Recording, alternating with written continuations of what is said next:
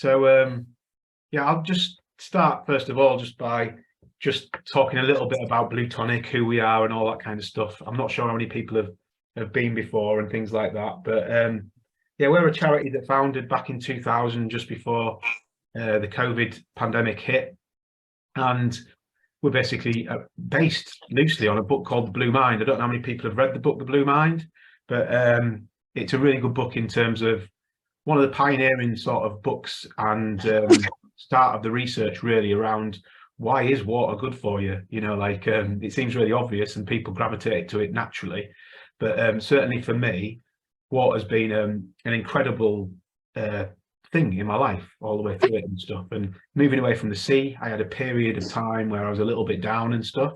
I'd dealt with some past bereavement and things like that. I went for some counselling and things like that, but one thing that really helped me was reconnecting to the water and all that kind of stuff. So I gathered a group of people together, and the charity formed, and it's really just about getting anybody active and doing stuff around the water if they can. And even if they can't, even if they're stuck at home, we do things as well. We want people to be inspired to do things that can connect them back to water, because it can even help you in your own house. It's loosely based. The charity foundations of it are on the 5 ways of wellbeing, which are sort of like, in the UK, they're a public health initiative, so through our government, and that's all about, if you're connecting with people, if you're learning new opportunities, if you're giving something back, if you're being present in the moment and connecting to nature as well, and if you're being active, if you're doing those 5 things, you know, the suggestion is they're a really good foundation for health and well-being. It's not going to solve everything, but we just add water to that. We just add water to that, and every project we run, we try and just like encapsulate that in what we're doing. So the sorts of things we're doing are, I don't know if people have seen the Under the Bridge Choir.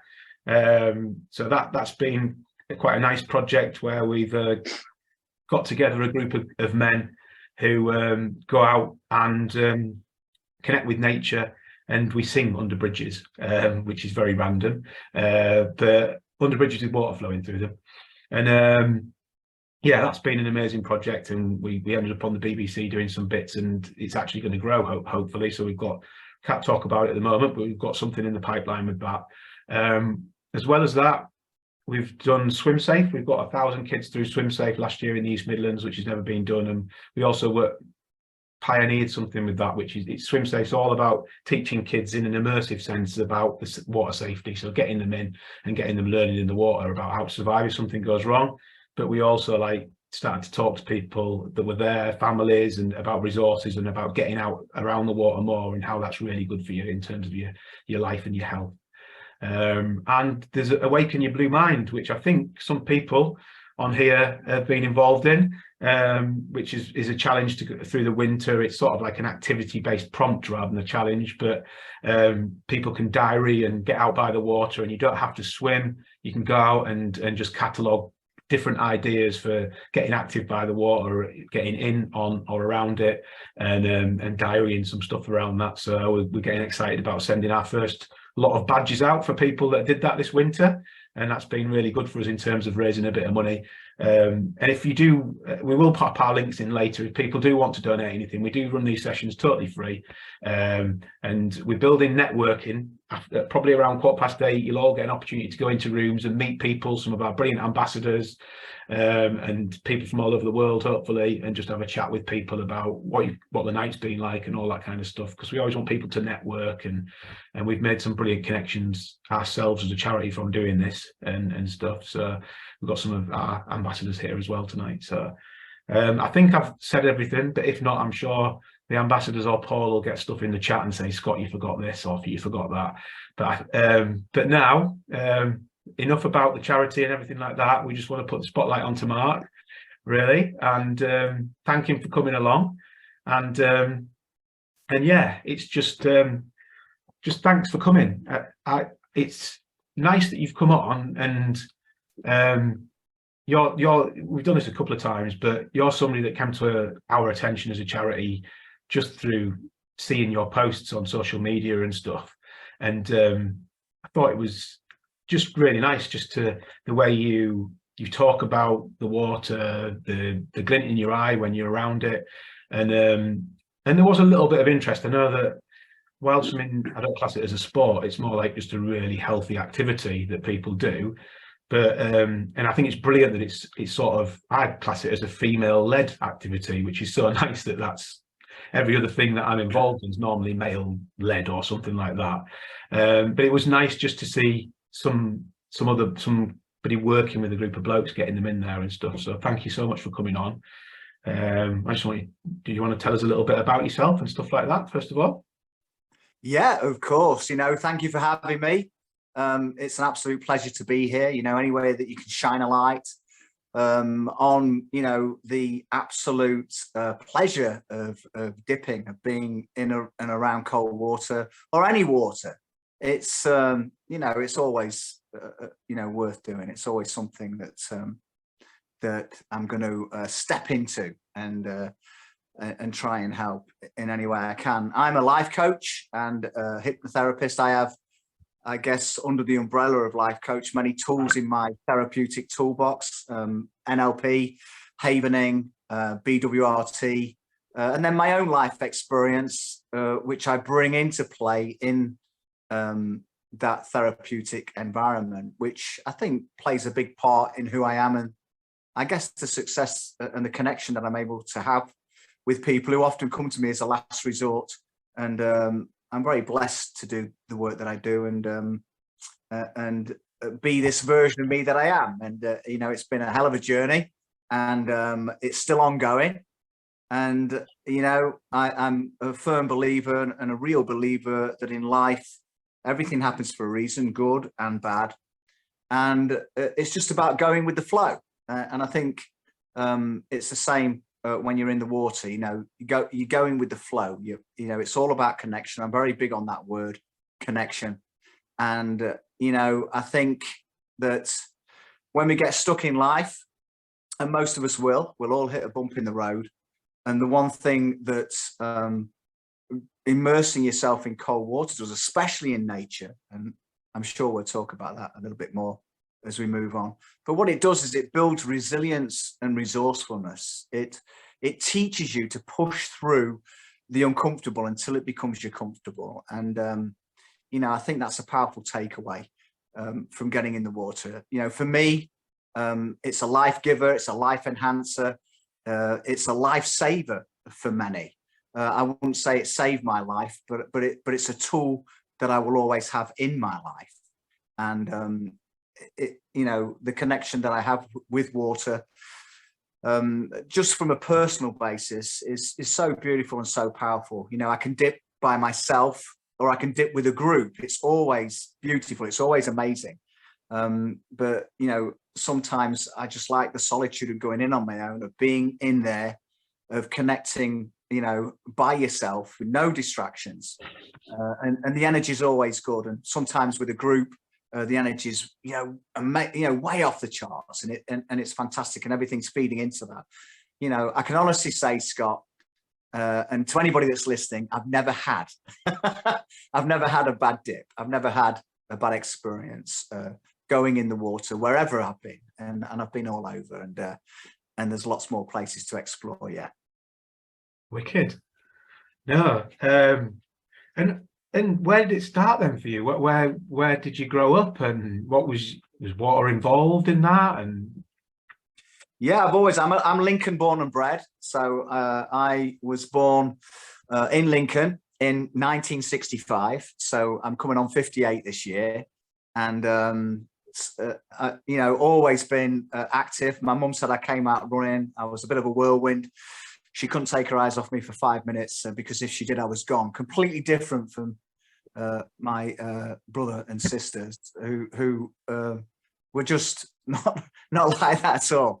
I was always climbing a tree, always getting into mischief, and always loved water. I love being around water, swimming in water. Water always played a big part in my life. I took up fishing. My dad introduced me to fishing when I was 6 years old, and I remember coming downstairs in the early hours of the morning and seeing a big pile of presents. Mum and Dad always went the extra mile with us, and Christmas was always a special time. And I remember the Christmas tree was glistening away, and the lights on the Christmas tree were illuminating this green rod. It was called the Green Emerald, and for me, that was the, I didn't even open my other presents. I just grabbed hold of this rod, and instantly I was off in my imagination, thinking about where I was going to go fishing with it and what I was going to do with it.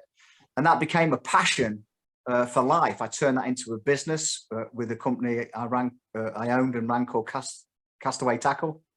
And I was 20 years in that business. It won many awards. I got to shake hands with King Charles now on 2 occasions because I started that off with the Prince's Youth Organisation, and built it up into from £40 on a pasting table on a local car boot to turning over £1 million within 7 years, and employing 12 members of staff. And that was all from a passion of fishing, connected to water, connecting to life. And so I've always been around water. I've always had a love of water, always had a love of nature. And I've been very, very blessed and very lucky to be able to turn that into that passion into a business, and still got that connection now. I don't fish as much now as I would like to because there's so many other things I'm involved in. But at my heart, I'll always be a fisherman. I'll always be an angler. I'll always have an affinity with the water and what's around it. So I guess in a nutshell, that's where all that connection comes from, Scott. Yeah. And so what in terms of like you drive to help people, which is like really shines through, where did that come from? Was there times in your life where you were sort of disconnected to the water and you had other stuff going on, or is it through personal experience that you've come into this, like helping other folk as well, or is it? I guess from an early age, even at school, I guess I was quite popular at school. To be fair, I was never bullied. I always got on with people. I was very much into sports, and nobody bothered me really. And so I guess even from that age, people used to come to me, and my nickname was Masher at school, Masher or Marzi, and they would come up to me and they would say, "Oh, Mash, can I just have a chat? I don't know why, but I just feel that I can talk to you about something." And often girls, often boys, the same. And people just, I don't know, I guess they just knew they could open up to me, and I'd become that ear for a lot of people. I know all my friends used to lean on me whenever they had girl troubles and was going through stuff in their lives, and I was always that ear. I was always good at listening and paying attention and helping people to help themselves rather than tell them what to do. And that led me into a very early age. Actually, I was 19 years old when I decided that I wanted to be a hypnotherapist. I was always fascinated with the power of the mind and that conceive, believe, achieve attitude, and that got me into hypnotherapy and getting qualified at hypnotherapy. I went to the Institute of Hypnotherapy and Parapsychology in London and studied there for an LIHP, and qualified in July of 1988 at the tender age of 21. And at that time, I opened a practice, and I was the youngest qualified practicing hypnotherapist in the UK at that time. I was told most of the people I trained with were in their 40s, and they were very surprised to see this young man who was just really interested in helping people. And then I got the chance I played American football for 9 years, and I got the chance to go over to the States and play American football at collegiate level at Greensboro, North Carolina, Ainty University, all black college. Me and four of my teammates. There was 5 of us in total. What an amazing experience that was. And we were playing in front of 50,000 people. It's like playing at Wembley or playing a Premier League match. It was just crazy. We maybe the most we played through in any championship games in the UK was probably 2,000 or 3,000 people. So it was on another level. And when I came back from that experience, for some reason, I just didn't pick up the hypnotherapy mantle, and my life went off on another trajectory. And that's when I ended up, after doing a few things. I mean, I've done all kinds of things, really, from ambulance driving to, sales, of course, car sales, insurance sales, lots of different jobs, lots of different things, and then settled on that passion that was fishing, that took me into castaway tackle for 20 years. And then when that came to an end, I was at a point in my life, Scott, where anybody looking outside would have thought I had everything. I had a beautiful, not a beautiful wife, but a beautiful partner of 20 years, Adele. I had an amazing son who was just coming up on his 18th birthday at that time. This is 2011. A beautiful house, my own lake that I dug. I had a par 3 golf hole on there, horses, and just living the dream, you could say. But I was the most miserable that I've ever been, and I'd been wearing a mask for a long time, and lots of things had layered up, which I guess we haven't got that much time to go into. But basically, I had this house built and brought my partner's mum and dad in. We all loved each other. We all got on really well, and we kind of thought it would be like the Waltons. But the reality of living with your in-laws is it's not like the Waltons. And as much as we loved each other, it just wasn't the ideal environment for somebody like me. And I think I started to withdraw, and I'd never done that before. And layer by layer, I started to lose me, and pull away from the business, pull away from all the things that I loved. And, once you start unplugging from life, you unplug from intimacy, you unplug from friendship, you unplug from exercise, you unplug from family, you unplug from friends, you unplug from feeling valued in the community. You've only got to pull one of those plugs out, and you're going to feel pretty bad. But you pull 3 or 4 of those plugs out, and you are going to a dark place. And I was hit for the very first time. I was about 45 years old then, and for the very first time I was hit with huge anxiety, crippling anxiety, and suicidal depression.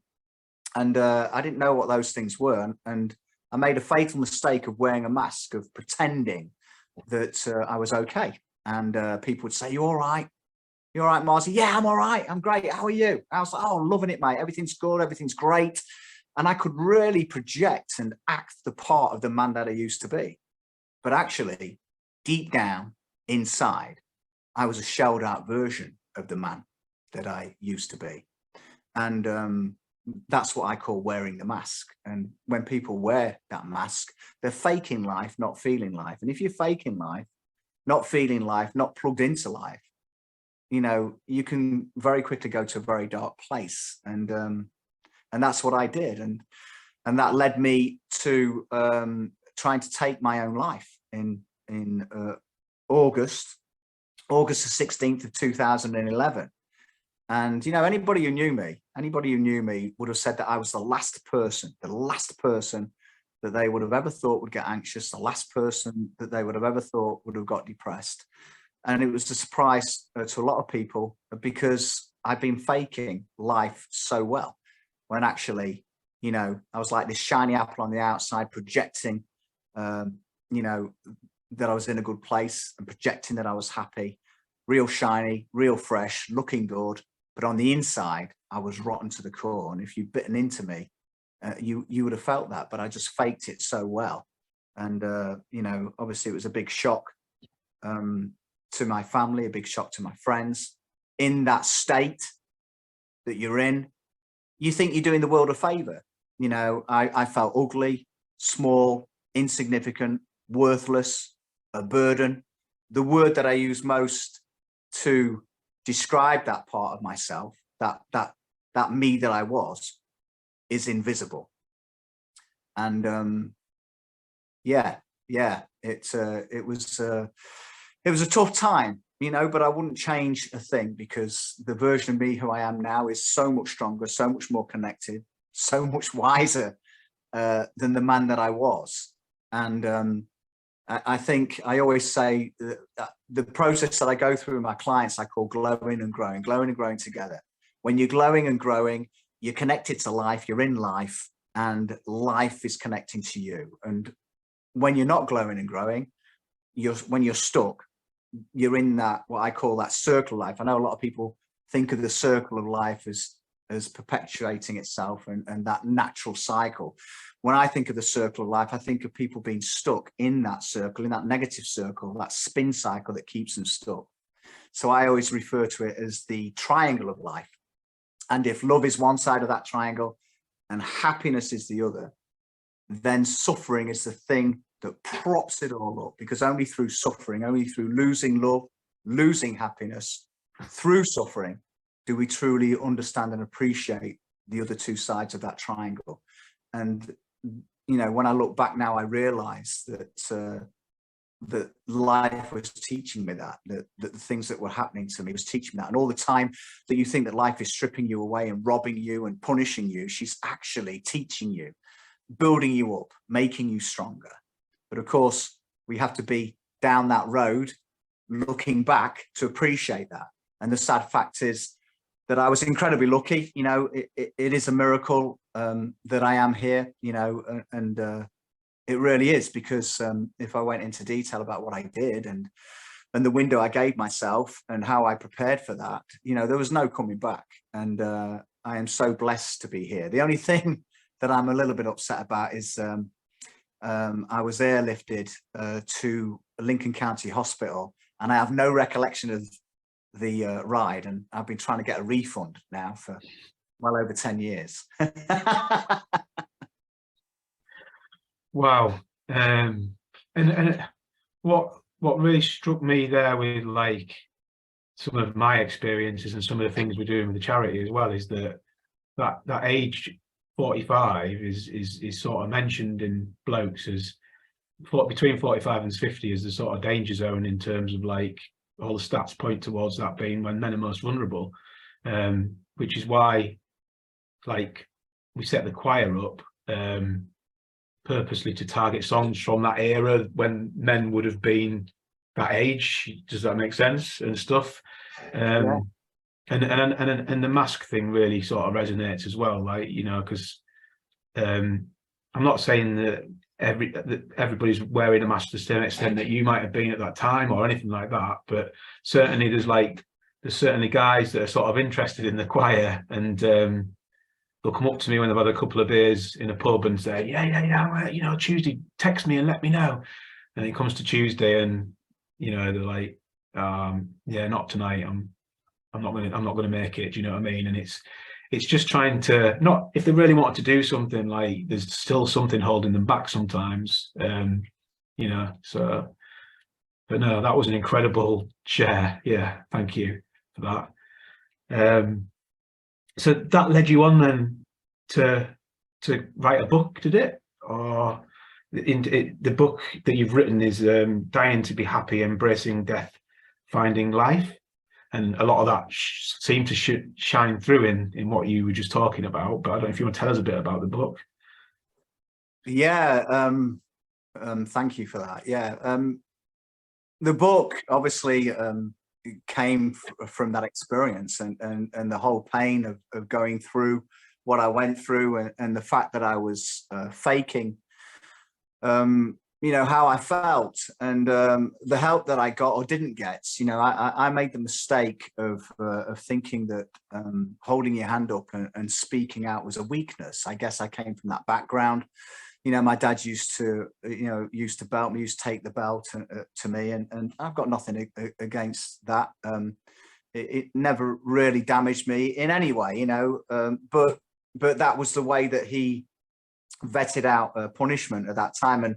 And he used to say to me, men don't cry, you know, and I would bite my lip, Scott. I would bite my lip until it bled, rather than show him that it was hurting me or that I was in any kind of pain. And I think that kind of got ingrained into me, that I thought that, you know, the showing your emotions was a sign of weakness and not a strength. And So I guess that subconsciously gets into you. And when I hit that dark place and those dark times, and I just started to pull the plugs out of everything that I enjoyed. So I was getting no joy. You know, when you're in that dark place, you know, and I'm sure if you've been there or you've been close there, anybody listening has been there, you know, it is the most lonely place in the world. There is no darker place. There is no more lonely place. There is no more disconnected place than being in the grip of suicidal depression, because you don't feel connected to anything and anyone.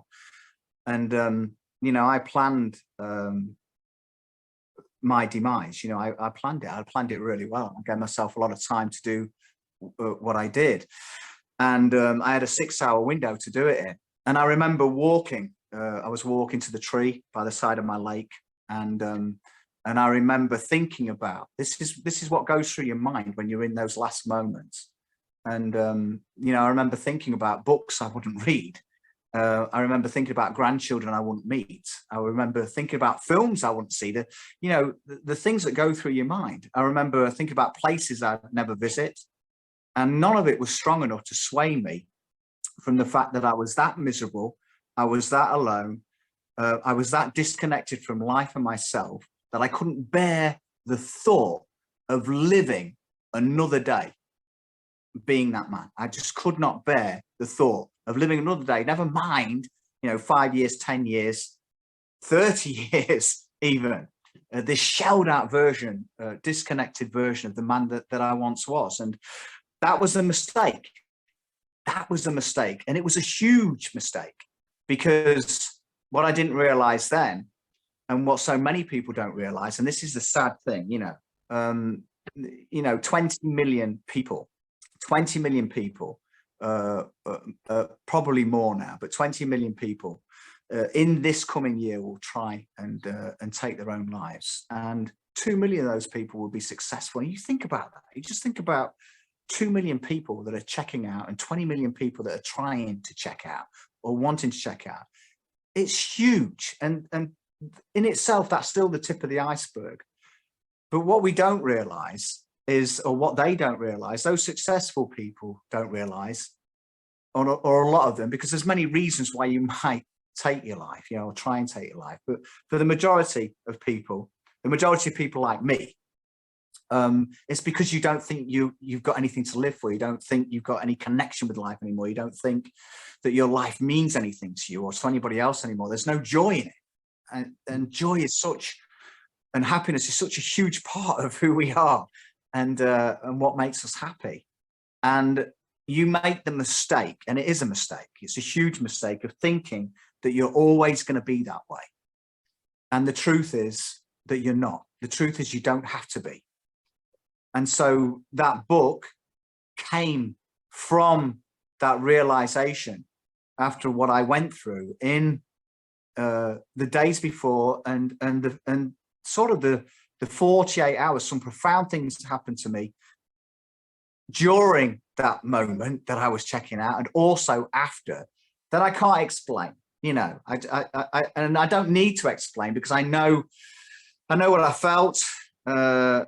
And what I connected to and what it left me with, and the energy that's there. And I, you know, all I can say is that I have no doubt at all, absolutely no doubt, that me and you and everybody listening and everybody, we are connected to something so beautiful, so amazing, so huge, so layered that you can't even comprehend how tiny, such a tiny piece of the jigsaw puzzle you and me are. And the huge tapestry in that jigsaw puzzle that we are connected to, that connects us to everything.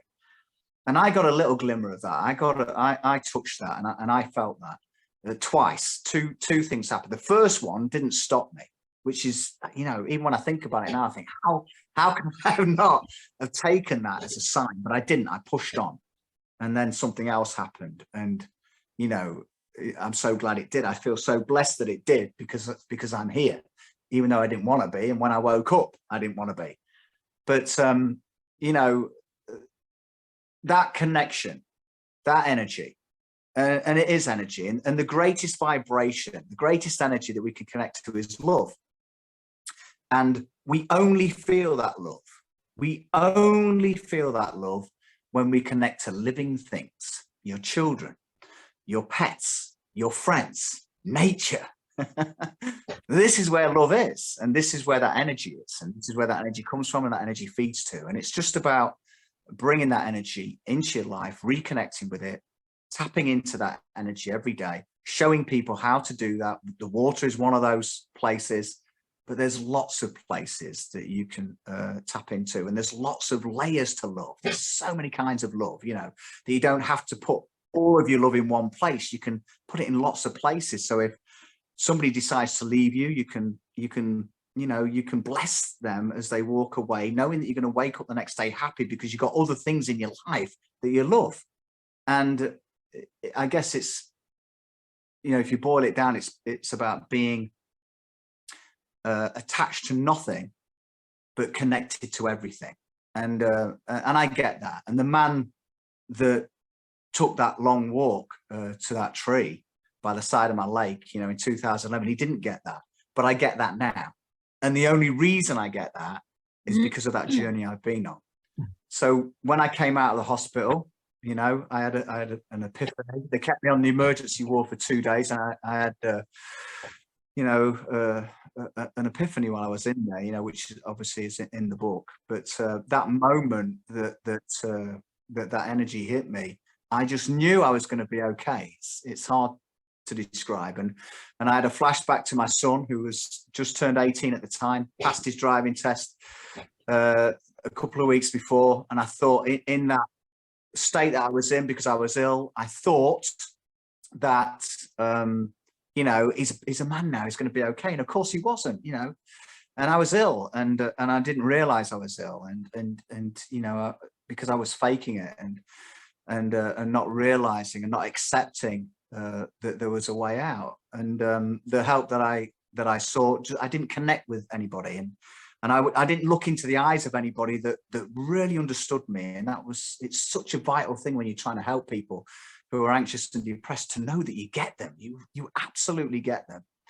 And I remember my son sobbing on my chest and saying to me, Dad, please, Dad, please don't ever do that again. Please promise me. And I'd taken 2 big boxes of sleeping tablets, and I was in and out of consciousness.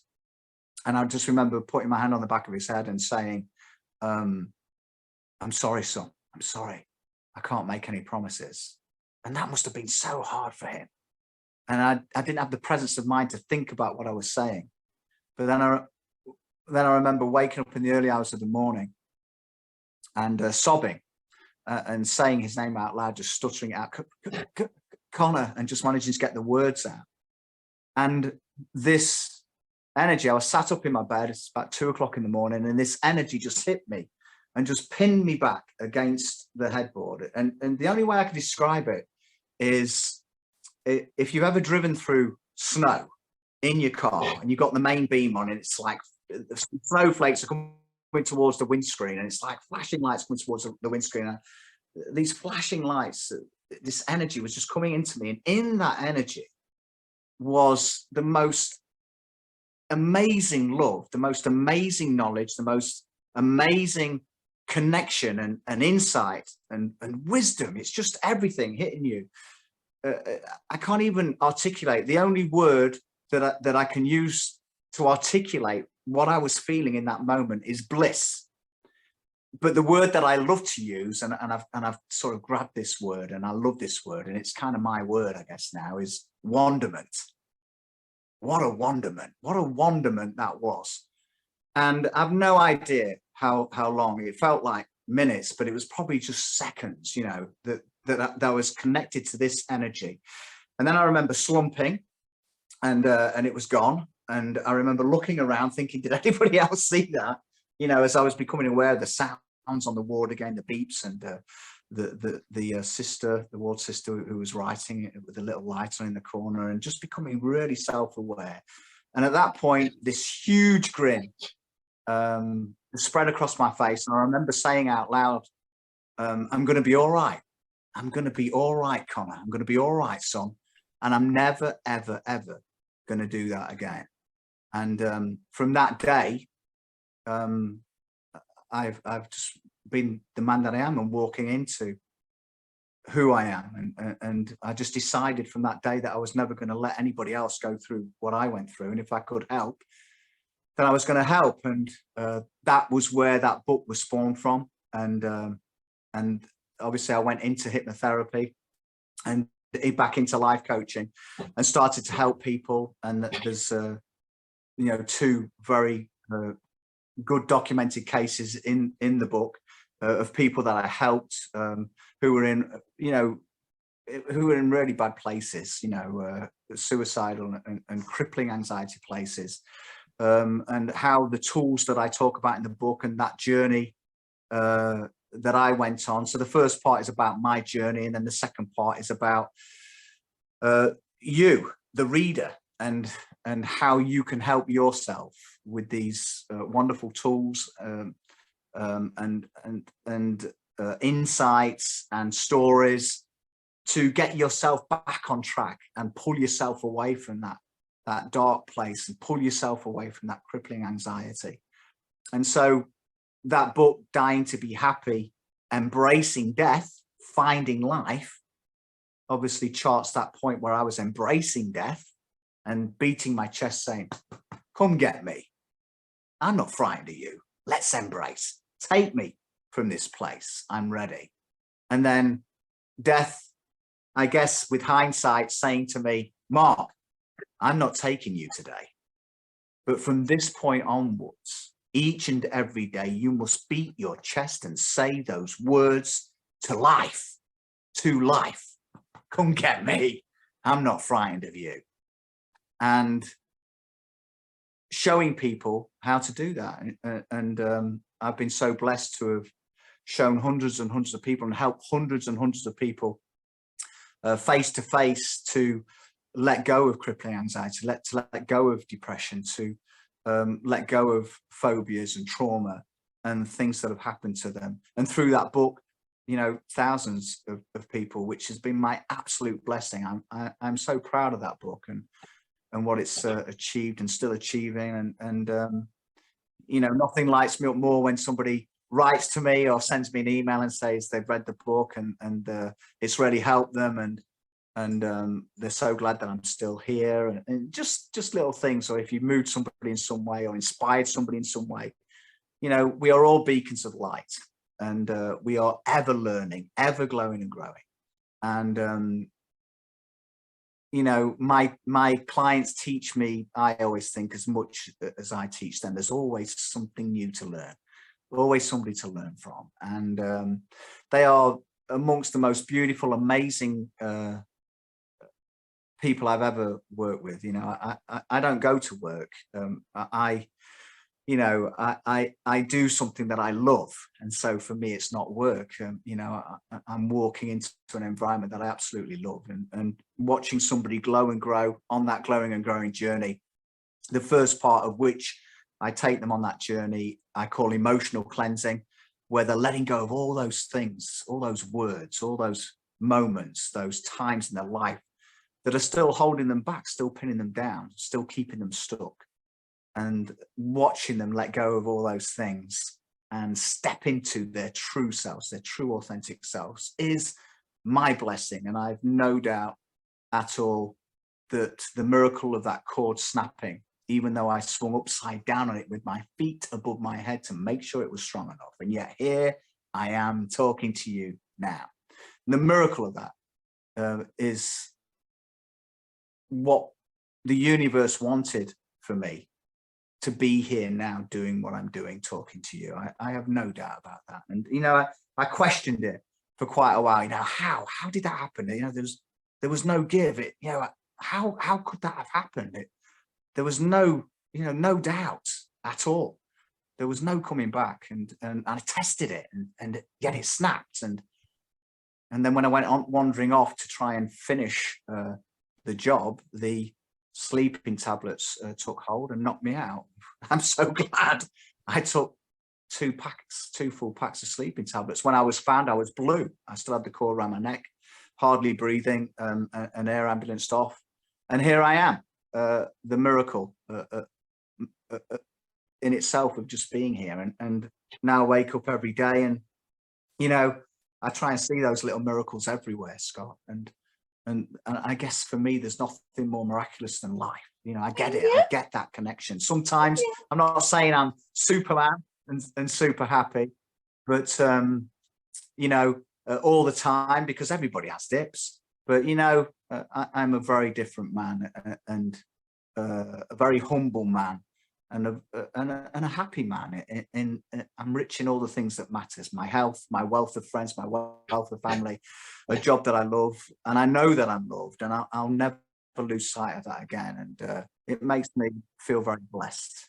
Just being here talking to you. I hope all of that makes sense. I just found the whole thing absolutely incredible.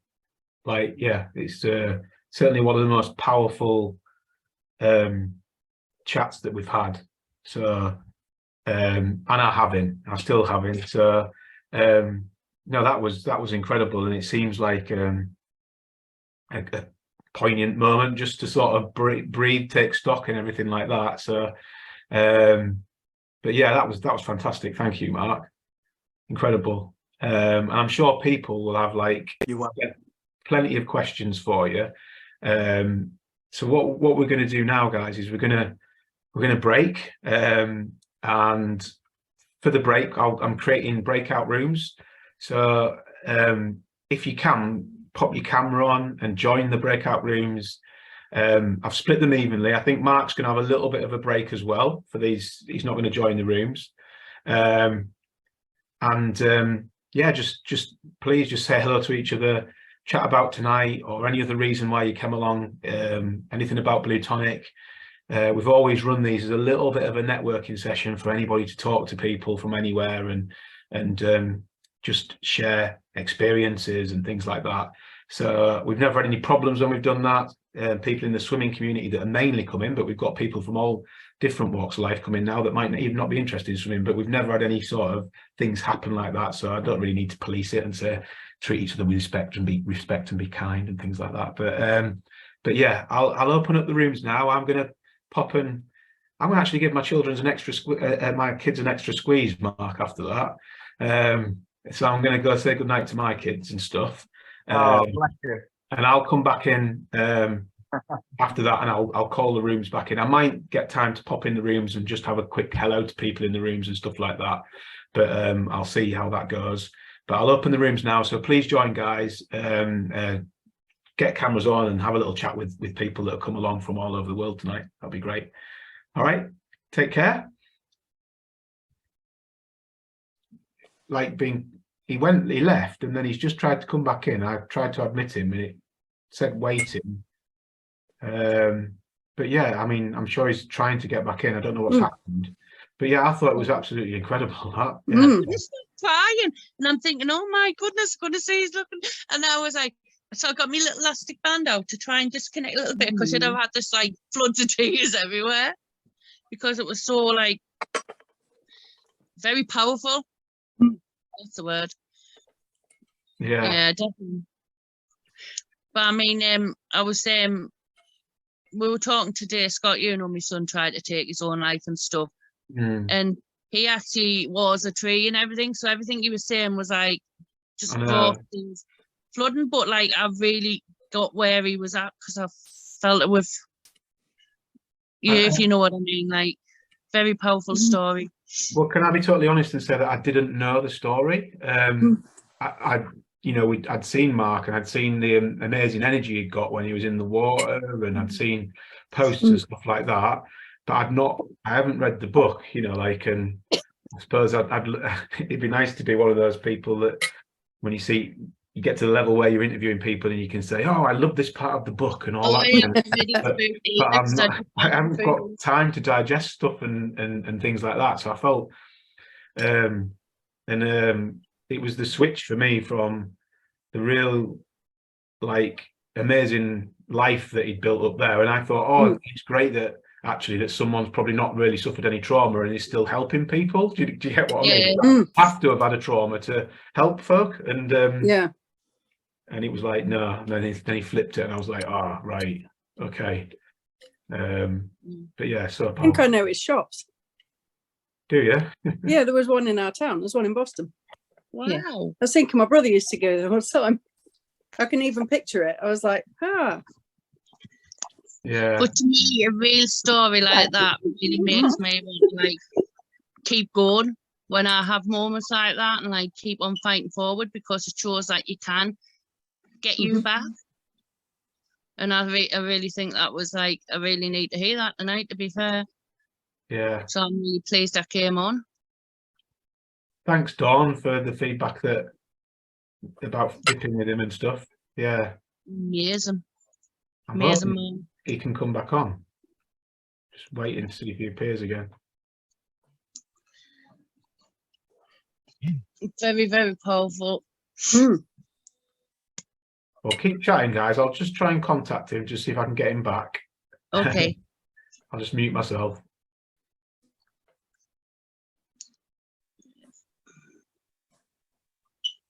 I'm going to an event on Wednesday with Flip and Pain, which is a North East charity to help people with service users, like users with pain, to be treated with more dignity and respect, because they so get it wrong at so many levels. And I've been at a few weeks ago. I mean, I'm going. I've been asked. Actually, I'm so excited because the professor there is one of my favorite cited authors when I was doing my public health degree about pain, and I got to meet him online today, and I'm going to meet him in person next week.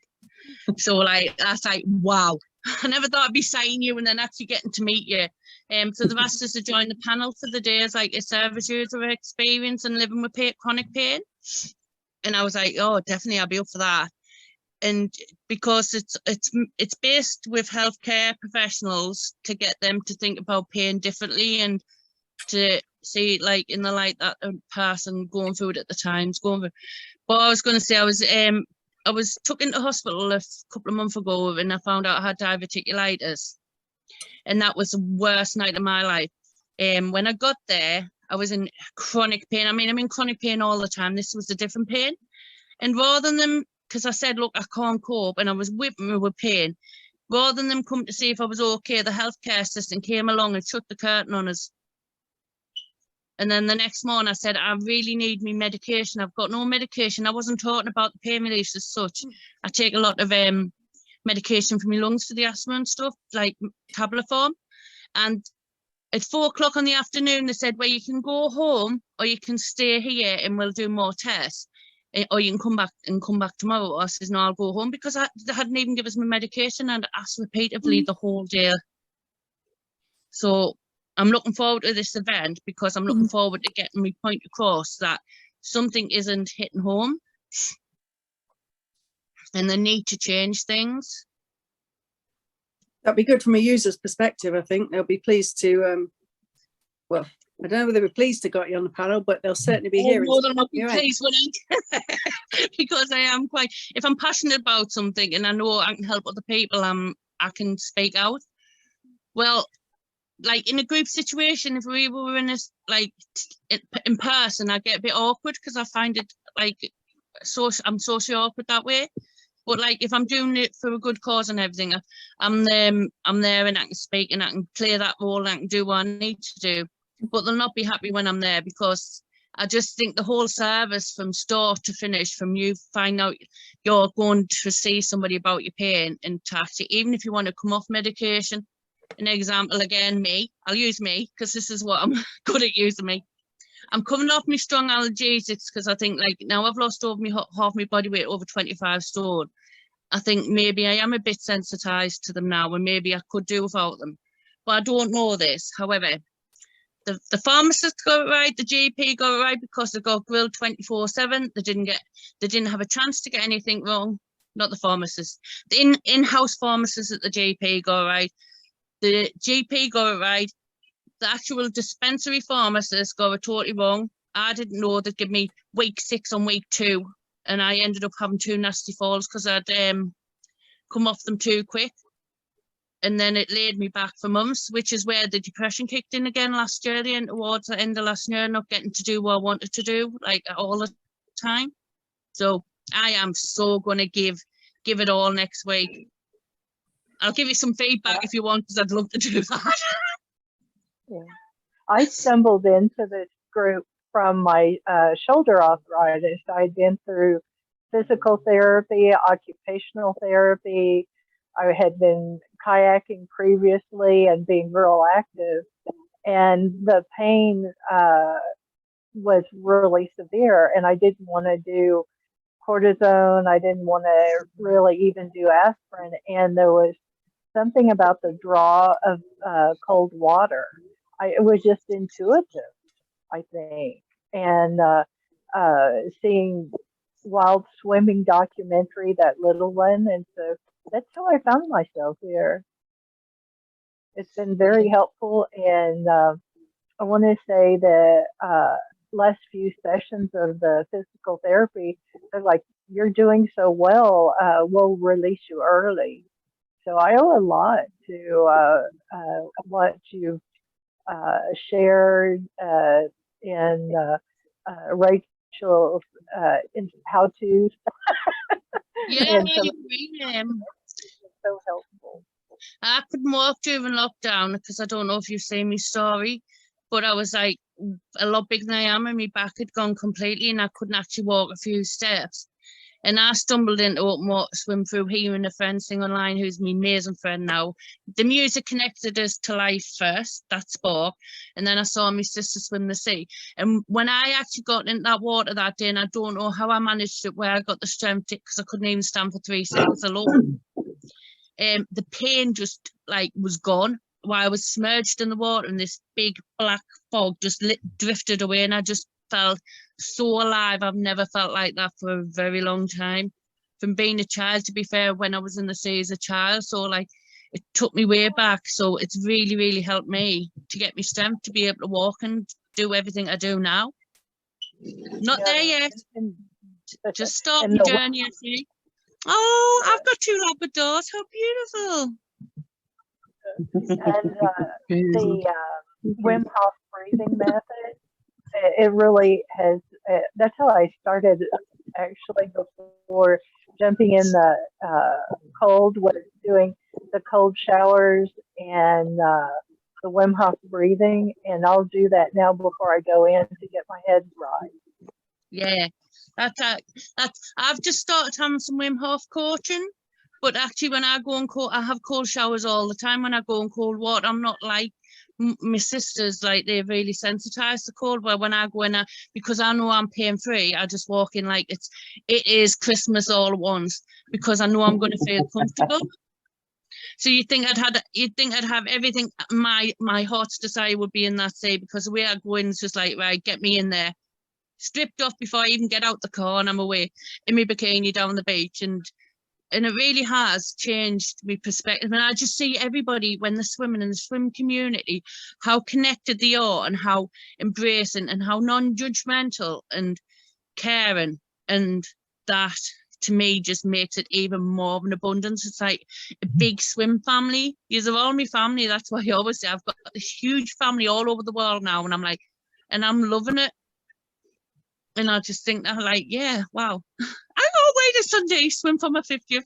I keep seeing your faces, and I'm like, reminders. I can't wait to meet you. So I've got a new bikini. We got Are you bringing your hula skirts? Yes, have you got your hula skirt ready? Yeah, I've got a few because I didn't know if it fits. I bought extra ones, but like the smaller one fits, so I'm like quite shocked. I bet she's wearing it at the minute. Yeah, I'm actually in my pajamas. There's me leg in the air. I mean, to be fair, I've got a t-shirt on instead of pajama top, and I've actually got my bra on and everything, so you're lucky. And I'm in my swimsuit. I didn't know, right, my friend's in my room watching TV. My son's downstairs and he's not very well, and I didn't want to bother them. And I've just done my living room out, so it's all like it's duck egg blue and teal blue, so it's like it just reminds the being at the the sea and stuff. And I was going to sit down there and like watch this come on this today, and I thought, and then I went, oh no, I better go in his room. And so all I've got is K-pop posters behind my head. They're not mine, they're my son's. Instead of my nice aqua living room. Oh, I just love it. And I didn't realise the moment, are you trying to bring the beach into the house? Because I've got Egyptian sand on the walls and then like the duck egg blue and then the teal curtains and stuff. I went, oh, maybe. Because it was like Bye, random. Alison. Hi, Alison. Lovely to meet you. Hi. Yeah, it doesn't look like we're going to get Mark back, guys. I apologise for that. I don't know if he just wouldn't connect. He won't reconnect him back in when he tries to join. So I've had that before, and everybody's had to leave and go back on the whole chat and start again. I know, which he's not. I've just tried to ring him a couple of times and I can't get through. So I don't think even doing that would be really an option. Yeah. But no, I thought it was an incredible chat. What was it like in your room, Rachel, and stuff? Yeah, it was really good. We had a nice chat. I was in there with, just looking around the screen, Sue, Alison, Dawn, Sharon. I think that was us, wasn't it? About 5 is in there, but it's really nice just to hear what people have been doing, where they've been for a swim, if they've been this week or not, and thoughts about getting back in if people had maybe had to miss it for a couple of weeks. I've been working the last couple of weekends, so I've not been able to do any vids or anything. But I've not been able to get in the water either, really. So this weekend I've got a couple of things planned, which should be quite cool. One of which will be filmed. The other not. What's being filmed then? Tell me more. No, just a YouTube video. That's all. Oh wow! Yeah, I'm looking forward to how you build your.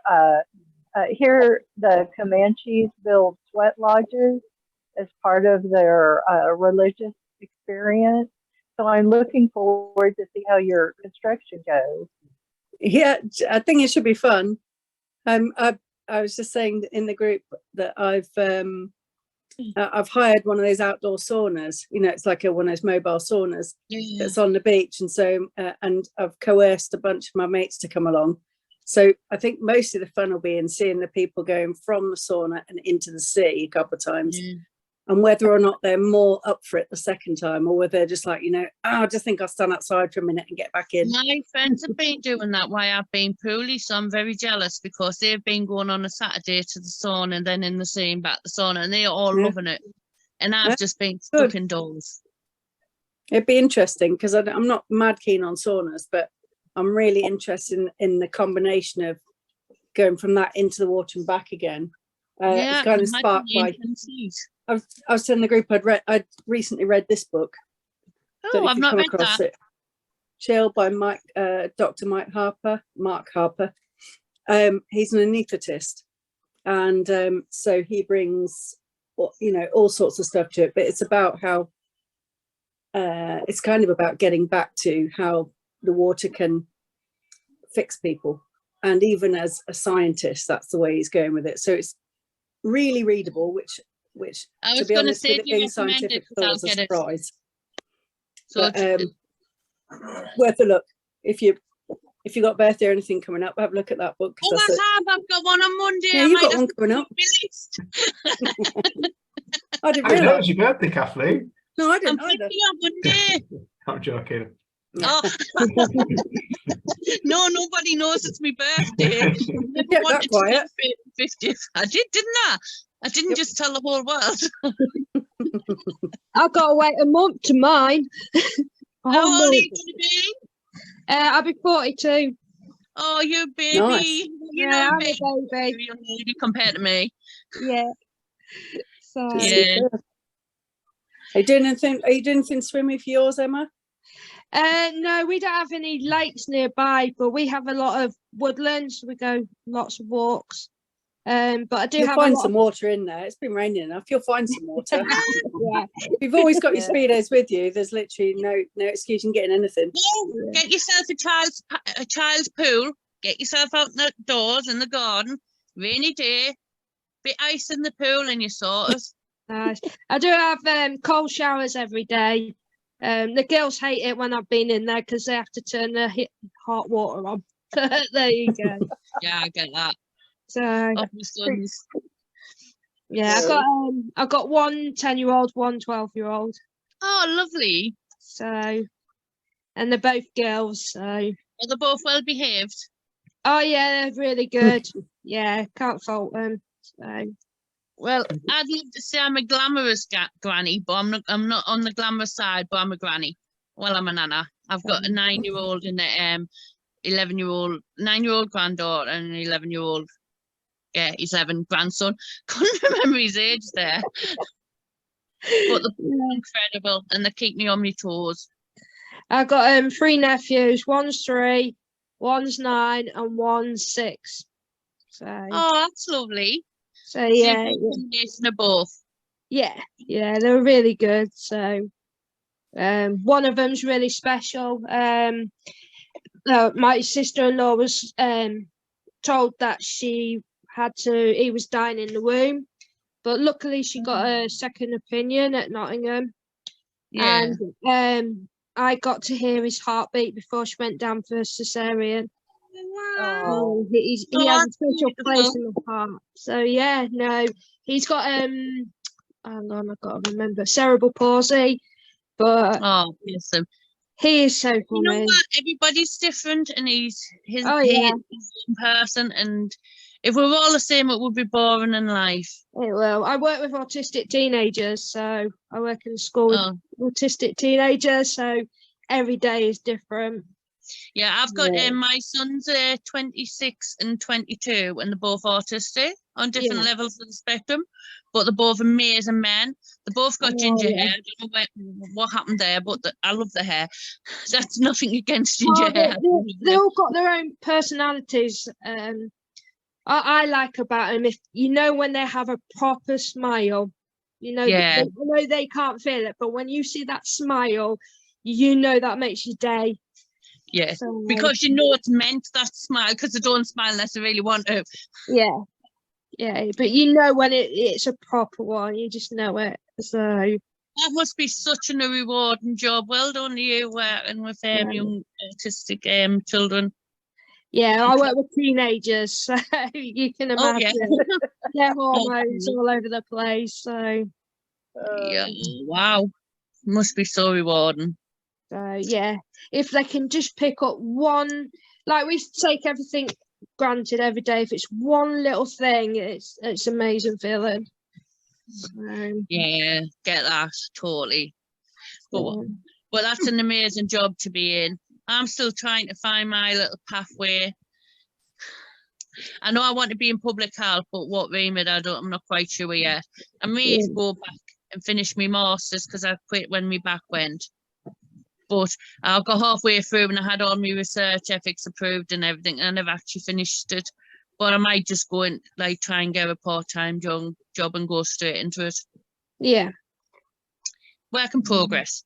Yeah, definitely. I've just I'm waiting for my review for the last booklet, but I've just done a level 2 in counselling. So, Oh, wow. Wonderful. Congratulations. Thank you. So, Very talented young lady with a lot to offer. Well, Mark, I went did hypnotherapy with Mark anyway, so I know Mark a little bit. So, amazing. And I finished it in January. So, oh wow! How did you find that?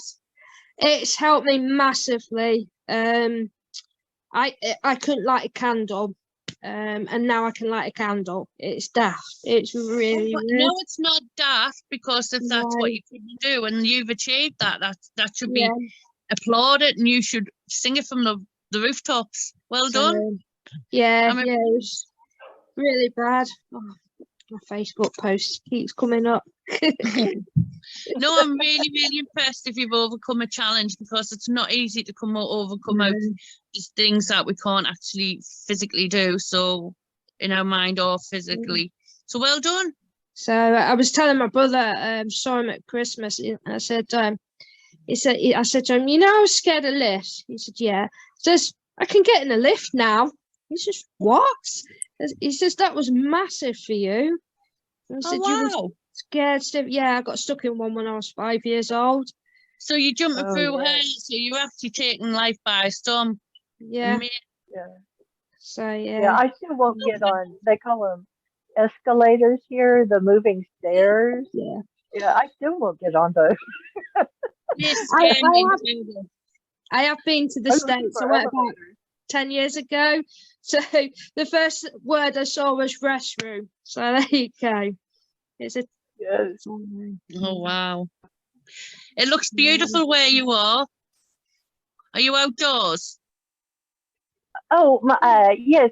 I had a meeting, and then I found myself trying to find a place to get a coffee, and they were backlogged. So I ended up out here at the library. I'm sitting outside. It's a nice sunny day. Yesterday wow. was raining so bad and frost this morning, but everything's cleared out and gone. Oh, Where are you, Karen? I'm in Lawton, Oklahoma. Amazing. Fantastic. Oh, wow. Wonderful. I wish I could join y'all, just like Dorothy and Wizard of Oz, and click my heels and come on over. Yeah, get your ruby red slippers. I've just got ruby red tennis shoes. I live in the northeast of England, which happens to be the coldest part of here, just about. Not quite as cold as Scotland, but yeah, so we don't get the nice weather up this end. We got all the snow and the rain. It's not too bad in Lincolnshire, so not too No. bad. So we either catch it or we don't. I get to do snow angels I'm about 5-year-old again. I line them. If I find a field, I'll be lying there doing a snow angel. Grace and life. I've just spoken to Mark. He just couldn't get back in again, and I didn't really think it was worth shutting the entire chat down to try and like resolve it at this time, guys, and stuff. So he says apologies for that, even though it's not his fault. But he's more than happy for anyone to reach directly out to him if they've got any questions or any comments or anything like that. So we'll put his video onto YouTube and all that kind of stuff, and we'll put his links on our website as well. But yeah, I mean, you guys know the power of Google. I'm sure you can find Mark. So yeah. Yeah, it don't take too long. No, I found him already. Yeah, and for myself, just to relay a thank you, because he's touched on things that are how to transition that challenge and to find yourself on the other side of things. And I look forward to reading his book and learning more about his journey. So just many thanks to him for being so open and willing to be with us. Yeah, it was incredible, wasn't it? Oh, yeah, it really was. Thank you for arranging it, Scott. No, you're more than welcome, and please come. We've got one more chat that we're going to do. Potentially, we might also do like a bit more of an open chat that's about the Awaken Your Blue Mind challenge that we did over the winter, because everything we do in the challenge with the charity, we just want to co-design it with people, really. So we want to hear about. Of course, we want to hear about the good bits, and loads of people have told us the good bits, but we also want to hear about like how we can make it better, and should we do it again, and all those kind of things, really. Yeah, so, you should join in this next time. Yeah, and it's always nice. Can we do the spring? Can we do the spring and summer too? because like the blue mine's all year round, isn't it? So that's another Yeah. thing that we've got on you know, like on the people that are doing the sort of challenges that are like get in the cold water and stay there, which are good for some people. I'm not knocking them. With ours being more about just getting to water, you don't have to do it in winter, you know. So we did sort of think that it's yeah, we'll see. We'll see what capacity we've got. But if anyone wants to join in and help, I know that it's nice that Sue's popped along. Thank you, Sue, for popping along. I know I'm catching up with you tomorrow, but it's lovely when people reach out to us and offer to help and stuff. So yeah. Yes, I can be a resource on my end. My background is I was the cultural office here in Oklahoma and worked with the community at large. And I so appreciate your integration of the arts and science and all of that is, you know, it encompasses all. Yeah. And I kind of set my task for the week. What's the one thing is my Bluetonic for this week? My blue cheek. Cool. I've got mine at Matlock Lido tomorrow night because I draw the line at less than 5 degrees in the water. It's too cold for me, so I'm going to Matlock Lido tomorrow. Where it's about Nice. 16. So Oh wow. cold enough. Yeah. Well, it'll not be 5 degrees on Sunday, don't worry, it might be just 5 degrees.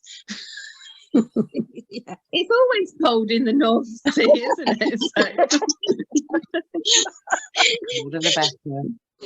Just get your toes Hoping it's some sunshine. Yeah, I've got my hot chocolate ready. When the university pool, the heater went out, and they were saying, "Oh, it's too cold." I said, "What temperature is the water?" And they said, 75 degrees. We have springs here that run 65 year round. I was like, what are you talking about? So, I had a similar experience swimming from down south from where I like swim the North Sea in England. I went down to Devon and she went, you might want to go, because you like it cold, you might want to go in that little stream there. As you go in, it's colder. I walked in and went, it's like going in a hot bath. What's happened?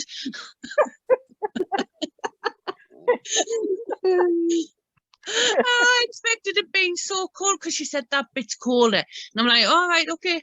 Yeah. And I'm like, oh. My grandma lives in the south of England, and you can feel the temperature when you come back up north because it's cold. I'm like, I want to go back to my grandma's. It's warmer. Well, guys, I'm going to have to shoot, but I can just turn my camera off and leave this on if you guys want to keep chatting. No, I'm gonna have to I don't want to destroy everything for you or anything like that, because I've got the Zoom, so I can just leave it on if you want to keep chatting. But equally, if you need to go as well, I need to get off as well. A few people have to go. Yeah, I think that, perhaps the library is thinking I'm one of the homeless. See you next time. See you, Rachel. Bye. Bye. Oh, guys, bye, guys. Bye.